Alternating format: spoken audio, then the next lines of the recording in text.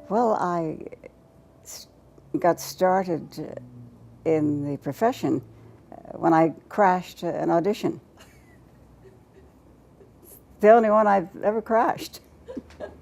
But I heard about this musical play that was on at the Crest Theatre.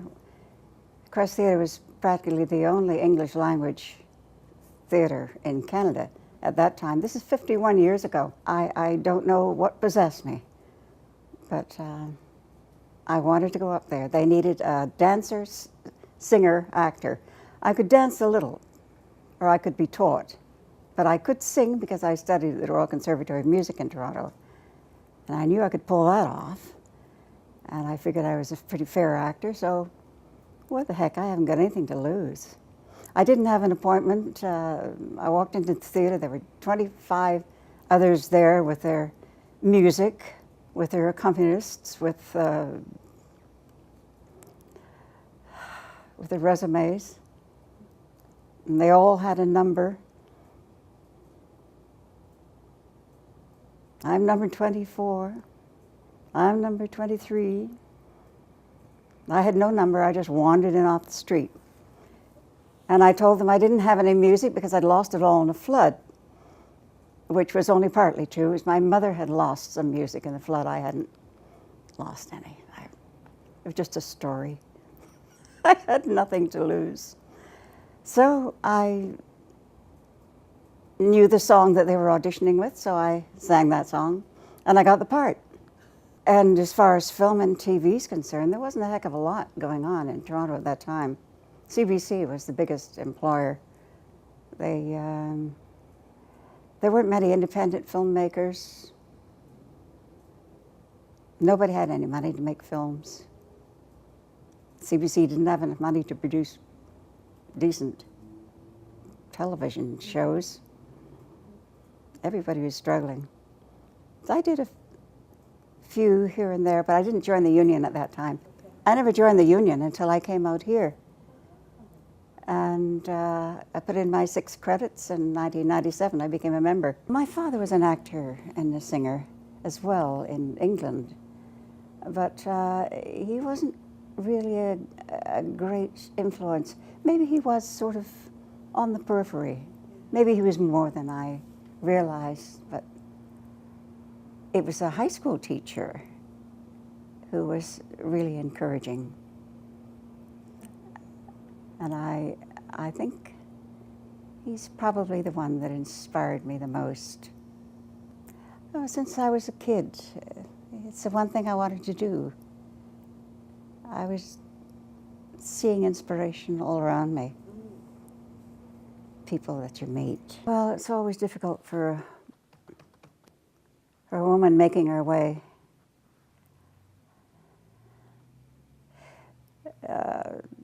I got divorced.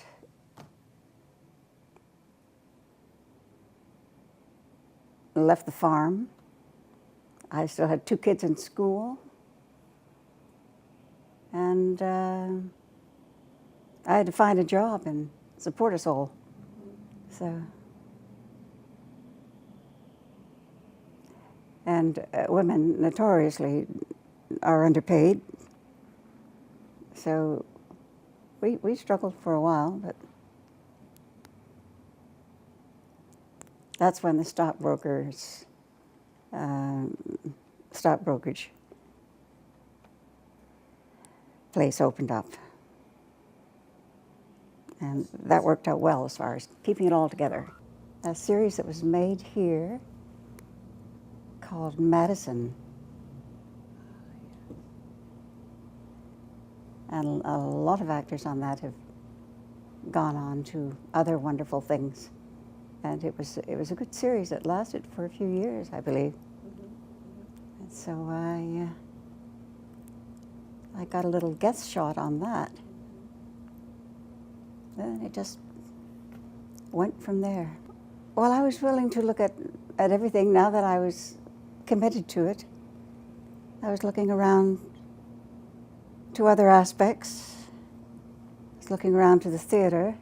Theater is very time-consuming, doesn't pay a lot, and I was still on my own, had to pay the rent. So all of that had to be a consideration. That people would ask me to do a play here and there, and I would do it. And became involved with the Shakespeare at the that John Giuliani was doing the whole canon of Shakespeare, and I did a few of those, and I love Shakespeare.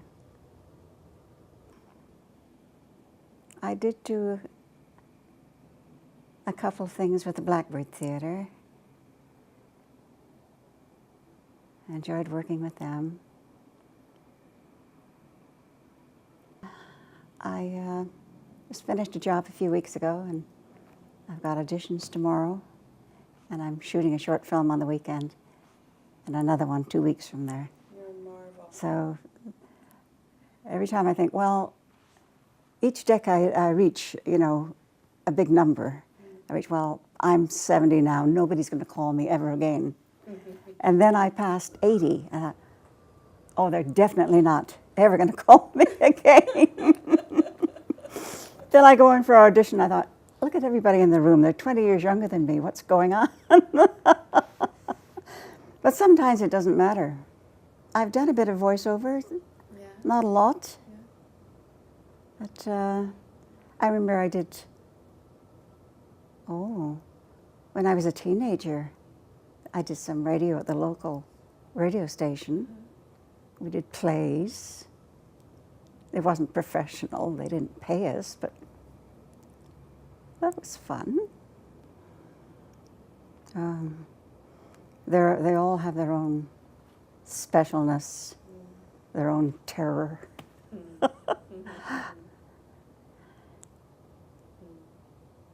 They're all different jobs. I think I liked the theater, to move around and interact, and to have that audience there.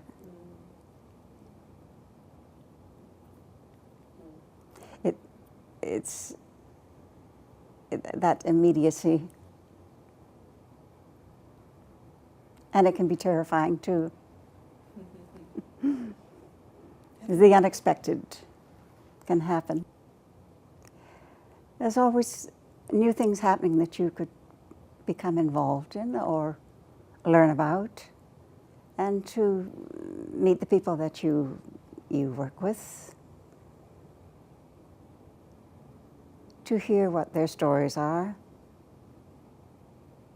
It's all a part of our little business.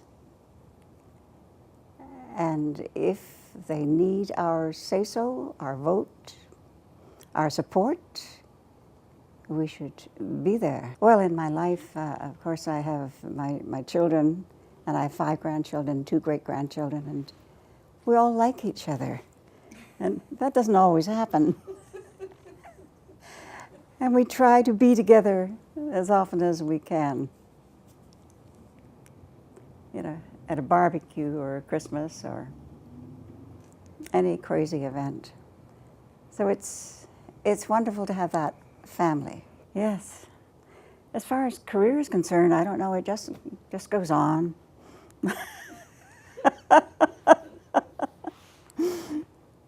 Another door opens. Another witch, another judge, another queen of the planet.